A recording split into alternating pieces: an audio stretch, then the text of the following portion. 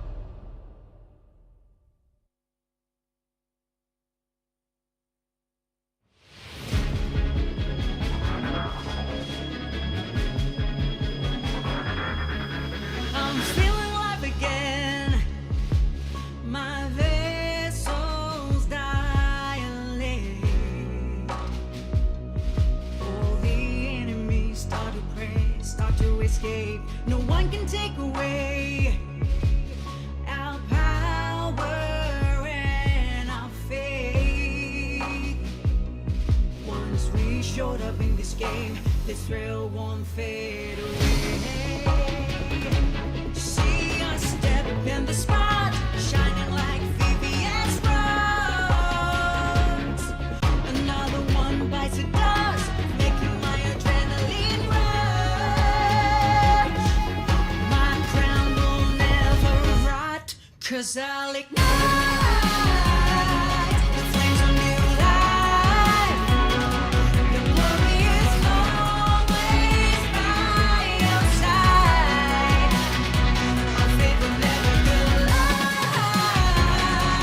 Through the dark night, there's always a light, always a sign, showing that we will win this fight. When you feel like everything's dead and in, so hard to stand, the whole world's like a prank. Keep taking an L, everything's in vain. You feel so powerless with your bare hands. Speak it out even when your voice shaking, 'cause we'll make it. Our steps be groundbreaking. We'll be the blockbuster of the season for the sake of freedom.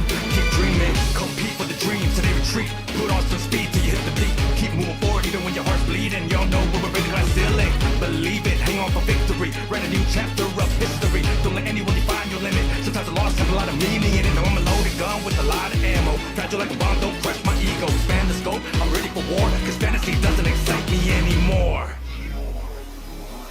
'Cause I'll ignite the flames of new life. The glory is always by your side. Our faith will never collide. Through the dark night, there's always a light, always a sign, showing that we will win this fight. Win this fight.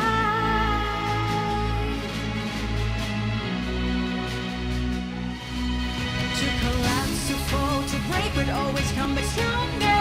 I'm feeling alive again, my lungs and pupils dilate. Kneel down to fate, to be the one who conquers. No one can take away our power and our faith. 'Cause I'll Compete for the dreams, so they retreat. Put on some speed till you hit the peak. Keep moving forward even when your heart's bleeding. Y'all know when we're breaking glass ceiling. Believe it, hang on for victory. Write a new chapter of history. Don't let anyone find your limit. Sometimes the loss has a lot of meaning. It doesn't loaded gun with a lot of ammo. Fragile like a bomb, don't crush my ego. Expand the scope, I'm ready for war, 'cause fantasy doesn't excite me anymore. When we raise our voices together, filling the void. Trust your gut, then bear the palm. Show 'em who's the GOAT.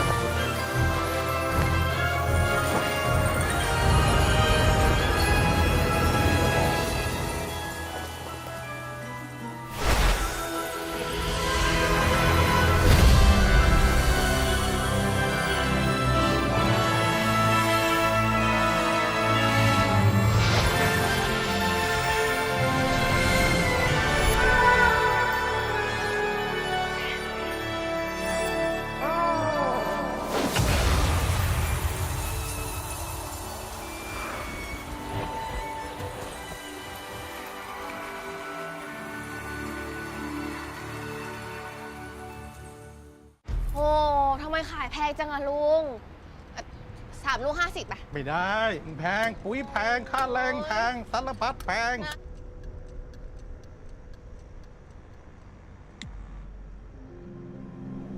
นะลุงนะ ลุง ลุงเป็นไรอะลุงซื้อ100 นึงก็ได้ไม่เป็นไรเฮ้ยลุงเป็นอะไรอะขอโทษ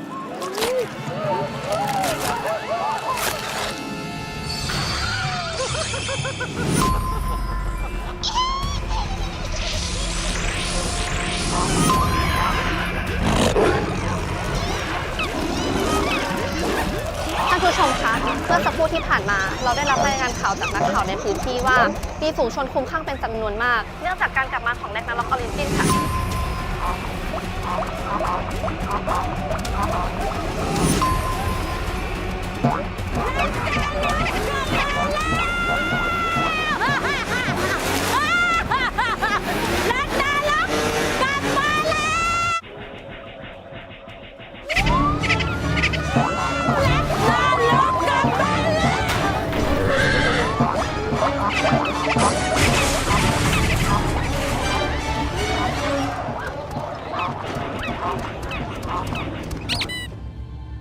เฮ้ยทุกคนครับ Ragnarok Origin เปิดให้เล่นแล้วนะครับ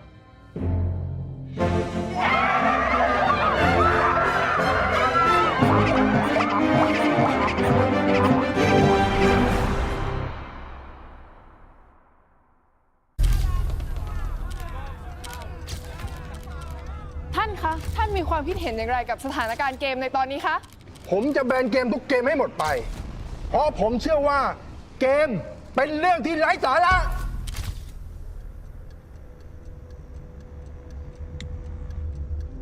ผมจะแบนเกมทุกเกมในประเทศไทย ท่านครับ เกมRagnarokกลับมาแล้วครับ เกมRagnarokกลับมาแล้วครับ เกมRagnarokกลับมาแล้วครับ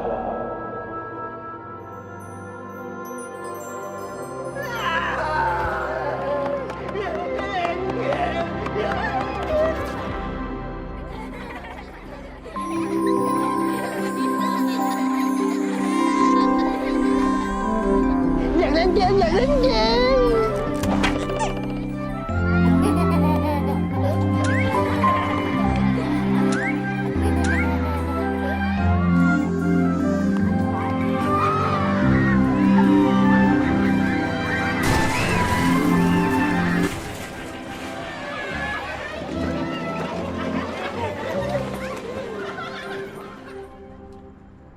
ทุกคนครับ Ragnarok Origin เปิดให้เล่นแล้วนะครับ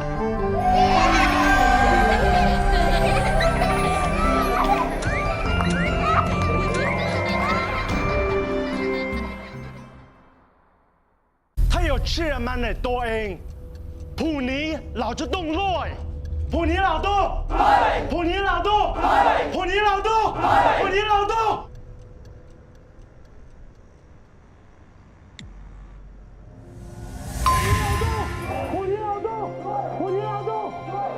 โหลด ROO โหลด ROO โหลด ROO โหลด ROO โหลด ROO โหลด ROO โหลด ROO โหลด ROO โหลด ROO โหลด ROO โหลด ROO โหลด ROO โหลด ROO โหลด ROO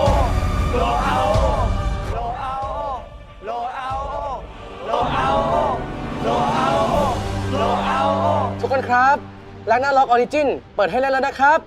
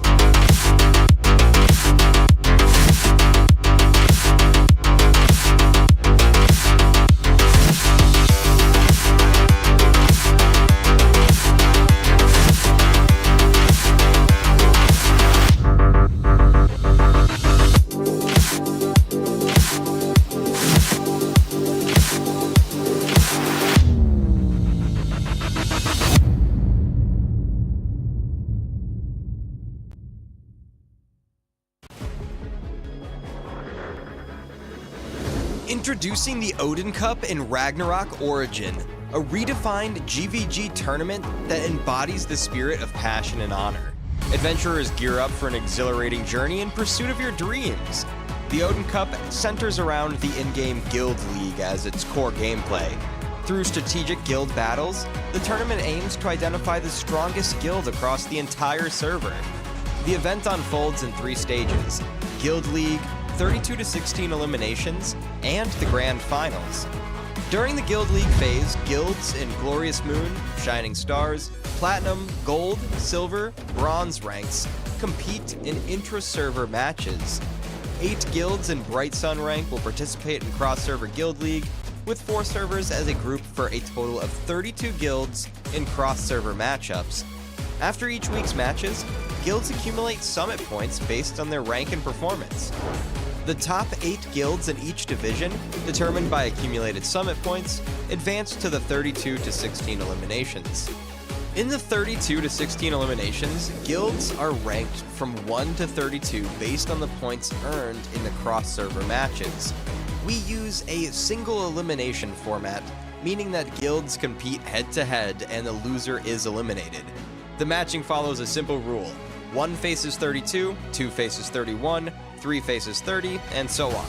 This continues until we have the top 4 guilds that will advance to the grand finals. In the grand finals, the semifinals follow a best of 3 BO3 single elimination format. The championship match, determining the ultimate winner, follows a best of 5 BO5 single elimination format. Who will emerge as the ultimate guild? Let's wait and find out. Excitingly, the tournament rewards have been upgraded, featuring more virtual items, event titles, exclusive mounts, limited edition championship rings, and trophies. It's time to embark on a new journey in Ragnarok Origin. Let's fight for our dreams together. Get ready for 2024 with Ragnarok of Raging Tournaments Lava Yambi style. 4 exciting events that'll keep your battles raging. Odin Cup, a spectacle of fervor, honor, and grandeur. 150 versus 150 Guild League gameplay, where teamwork and tactics collide in epic combat.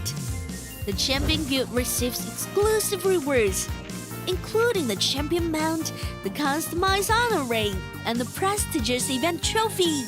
Valkyrie Cup focuses on fair competition. The competition with 5 versus 5 team clashes. Dish the power stakes, pick your favorite character, and let the games begin. Everyone's invited.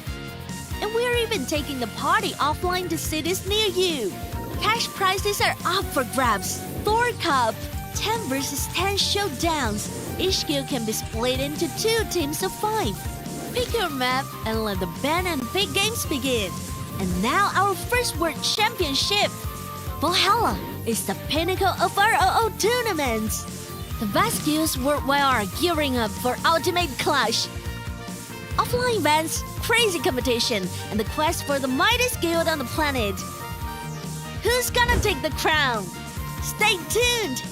It's gonna be legendary!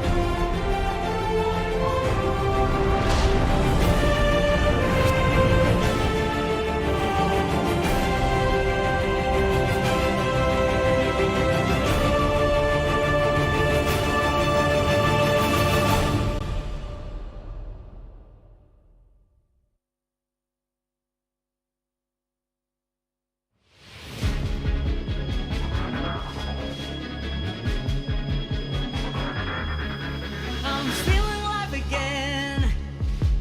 My vessel's dilate. All the enemies start to pray, start to escape. No one can take away our power and our faith. Once we showed up in this game, this thrill won't fade away. See us step in the spot, shining like VVS Pro.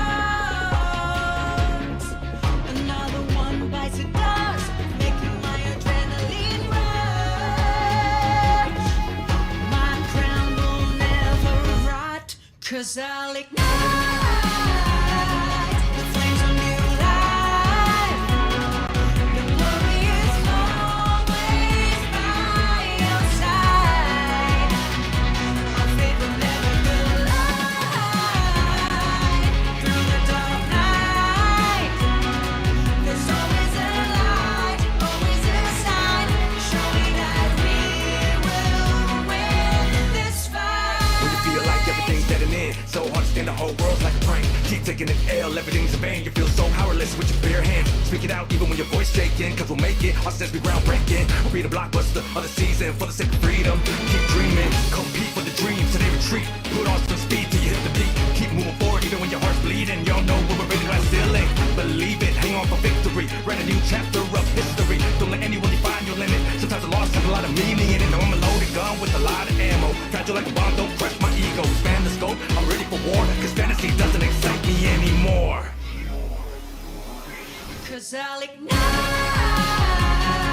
the flames of new life. The glory is always by your side. Our faith will never collide through the dark night. There's always a light, always a sign, showing that we will win this fight. Win this fight.